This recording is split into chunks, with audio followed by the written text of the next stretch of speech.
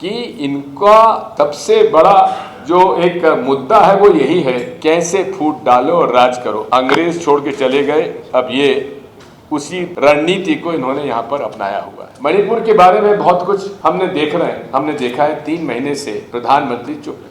हम रूढ़िवादी परंपराओं में बह जाते हैं, हम रूढ़िवादी परंपराओं में प्रभावित हो जाते हैं और रूढ़िवादी परंपराओं से प्रभावित होकर हम उन लोगों को चुनकर बैठा देते हैं जो लोग आज इस मुल्क को तोड़ना चाहते हैं। इस मुल्क में गलतफहमी फैलाकर, अफवाहें फैलाकर लोगों के बीच में इतनी गहरी खाई कर देते हैं कि उसको पाटना आज मुश्किल है कि ये सांप्रदायिकता का जिन जो है बोतल में बंद है, इसको मत खोलो। जिस दिन ये जिन खुल गया, ये बोतल में आप इसको डाल नहीं पाओगे। भारत की multi ethnic, multi religious, multi caste, multi language ऐसे विविध देश में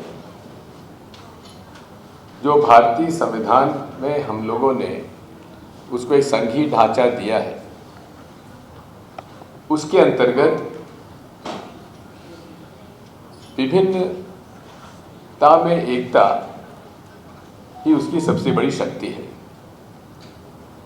यदि हम अपनी राजनीतिक महत्वाकांक्षा के लिए समाज को धर्म में, जाति में या अन्य किसी बात पर बांट दें, हो सकता है कि उससे हमको राजनीतिक लाभ हो, लेकिन मूल रूप से हमारे भारतीय संविधान के संघीय ढांचे को सबसे बड़ा खतरा होता है।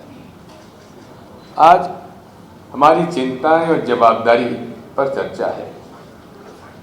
चिंता होना स्वाभाविक है, क्योंकि जिस पार्टी का शासन देश में है उसका मूल जो विचार है वो 1925 से लेकर आज तक उसमें कहीं परिवर्तन का कहीं लक्षण नजर नहीं आता।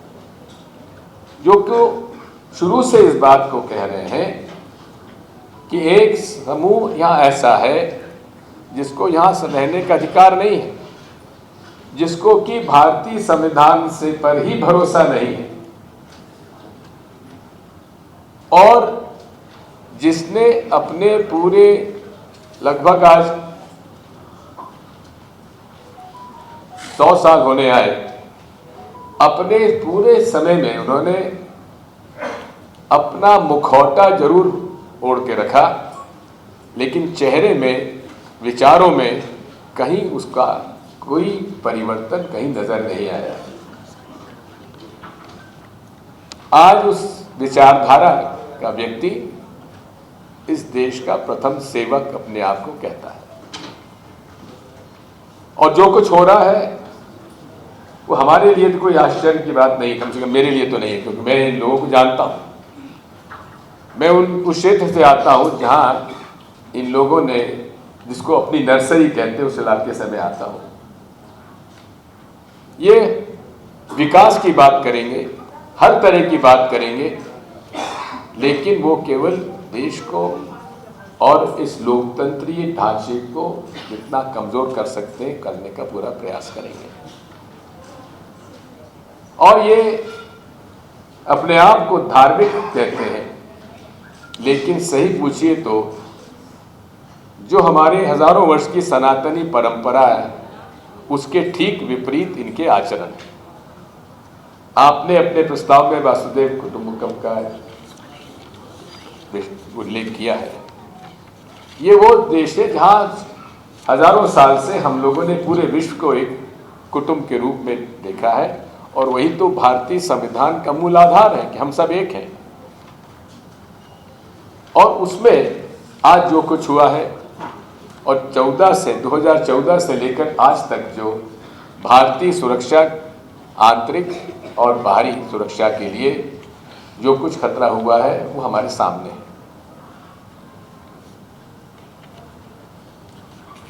मैं आभारी हूं मलिक साहब का, जो उन्होंने पुलवामा के बारे में बात कही। और यही बात मैंने शुरू में कही थी, तो मुझे पूरे देश की इनकी ट्रोल आर्मी ने जो कुछ कहना था उसके तो मैं आदी हो चुका हूँ, मुझे चिंता भी नहीं है, मुझे डर लगता है उसका, क्या क्या नहीं कहा मेरे बारे में, लेकिन बात सही निकली।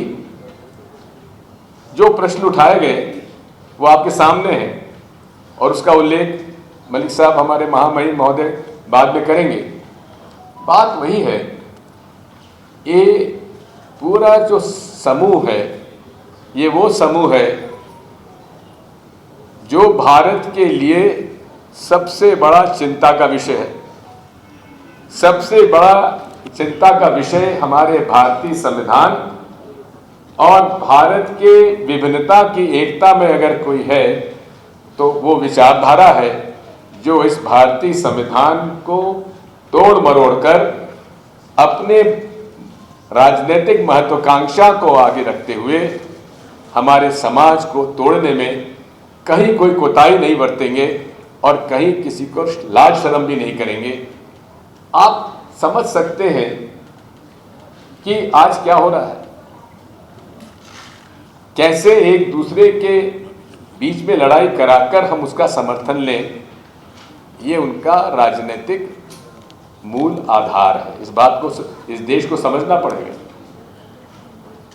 मणिपुर के बारे में बहुत कुछ हमने देखा है। 3 महीने से प्रधानमंत्री चुप है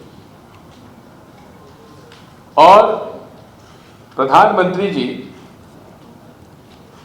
जिस विचारधारा से आते हैं वो आज से नहीं, बहुत समय से कैसे हमारे नॉर्थ ईस्ट को कैसे उद्वेलित करके वहाँ पर जो आदिवासी समूह है उसके कैसे उसको कमज़ोर किया जाए, इस पर हमें विचार करना पड़ेगा। उनका पूरा देश में एक मुहिम चली हुई है उनकी कि जो आदिवासी ईसाई हो गया उसका आदिवासी का जो रिजर्वेशन आरक्षण है वो समाप्त कर दिया जाना चाहिए। ये पूरे देश में माहौल चलाया हुआ है और ये वो लोग हैं जो कभी पब्लिक मीटिंग नहीं करेंगे, कभी एजुटेशन नहीं करेंगे। इनकी सबसे बड़ी शक्ति है विस्परिंग कैंपेन और ये विस्परिंग कैंपेन ही इतनी खतरनाक है कि पूरे देश में ये माहौल बनाया हुआ है कि अगर आप नहीं संभले तो हमारे मेजॉरिटी को खतरा है और ये लोग कुछ दिनों बाद मेजॉरिटी हो जाएंगे और हम माइनॉरिटी हो जाएंगे। ये पूरे देश में विस्परिंग कैंपेन है और मैं आपको कह सकता हूं कि बड़े बड़े पढ़े लिखे लोगों ने मुझको ये चिंता व्यक्त की है। यदि सेंसस फिगर्स देखें, आप जनगणना देखें, तो लगातार जो डिक्लाइनिंग ट्रेंड है वो हिंदुओं से ज्यादा मुसलमानों की पॉपुलेशन का है। और इस बात को हम कह सकते हैं, और डेमोग्राफिक किसी भी डेमोग्राफर से आप बात कर लीजिए, वो इस बात की तस्दीक करेगा कि 2021 का भी जो सेंसस फिगर्स वो लोग न जाने क्यों इसको पब्लिश नहीं कर रहे हैं। किसी भी हालत में हमारे हर समूह का, समाज का, धर्म के लोगों का कि जो जनसंख्या है वो स्टेबलाइज हो जाएगी 2.1 पर आकर। मैं आपसे इतना कहना चाहता हूं कि यही नहीं रुके हैं अभी। इन्होंने अपनी राजनीतिक महत्वाकांक्षा को लेकर महामहिम महोदय पुंछ में भी चालू कर दिया है। वहां पर भी आरक्षण का मुद्दा उन्होंने उठा दिया है कि गुर्जर वहां पर मुस्लिम को आदिवासी का आरक्षण मिला हुआ है।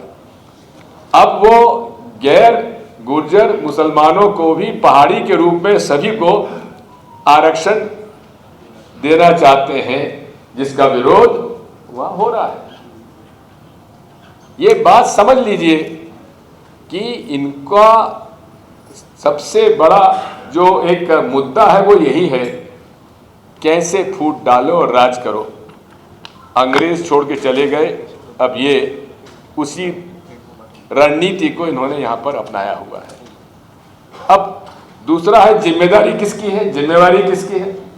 भाई लोकतंत्र में सबसे बड़ी जिम्मेवारी तो मतदाता की होती है, और जो सरकार चुनोगे वो आप ही की मंशा के अनुसार है।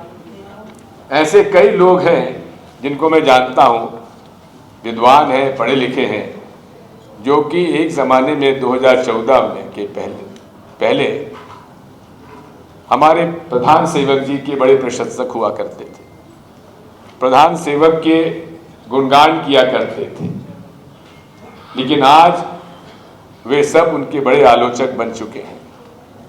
उससे काम नहीं चलेगा। आखिर ये लोकतंत्र में, हमारे इस लोकतंत्र की व्यवस्था में जिम्मेवारी अपने को तय करनी पड़ेगी।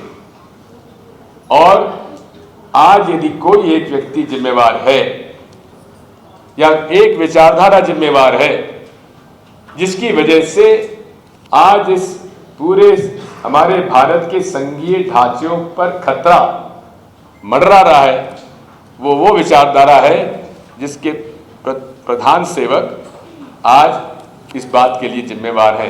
तो विचारधारा और व्यक्ति दोनों अगर जिम्मेवार हैं तो वही है जिनका मैंने आपके सामने उल्लेख किया है। हमारे जनरल साहब का भाषण हुआ, हम पूरा सम्मान के साथ उनका आदर करते हुए उनके विचारों से सहमत हैं, लेकिन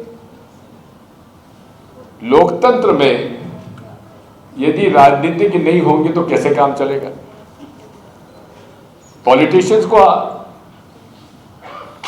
गाली देना बड़ा आसान है, लेकिन चुनकर आकर अपनी जिम्मेदारियां निभाना और अपनी विचारधारा के अनुसार हम लोग काम करना, ये अपने आप में चुनौती है। मैं, हमारी बहन, आपने जिस भावुकता से अपनी इस भारत की जो सोशल इविल्स को भी साथ रखते हुए आपने जिस बहादुरी से जो भाषण दिया है, आपको मैं प्रणाम करता हूं, सलाम, बहुत बहुत बधाई आपको। यही भारत है। हम रूढ़िवादी परंपराओं में बह जाते हैं, हम रूढ़िवादी परंपराओं में प्रभावित हो जाते हैं, और रूढ़िवादी परंपराओं से प्रभावित होकर हम उन लोगों को चुनकर बैठा देते हैं जो लोग आज इस मुल्क को तोड़ना चाहते हैं। इस मुल्क में गलतफहमी फैलाकर, अफवाहें फैलाकर लोगों के बीच में इतनी गहरी खाई कर देते हैं कि उसको पाटना आज मुश्किल है। 2014 में जब मुझे राज्यसभा में भाषण देने का मौका मिला था, तब मैंने इस बारे में आगाह किया था कि ये सांप्रदायिकता का जिन्न जो है बोतल में बंद है, इसको मत खोलो।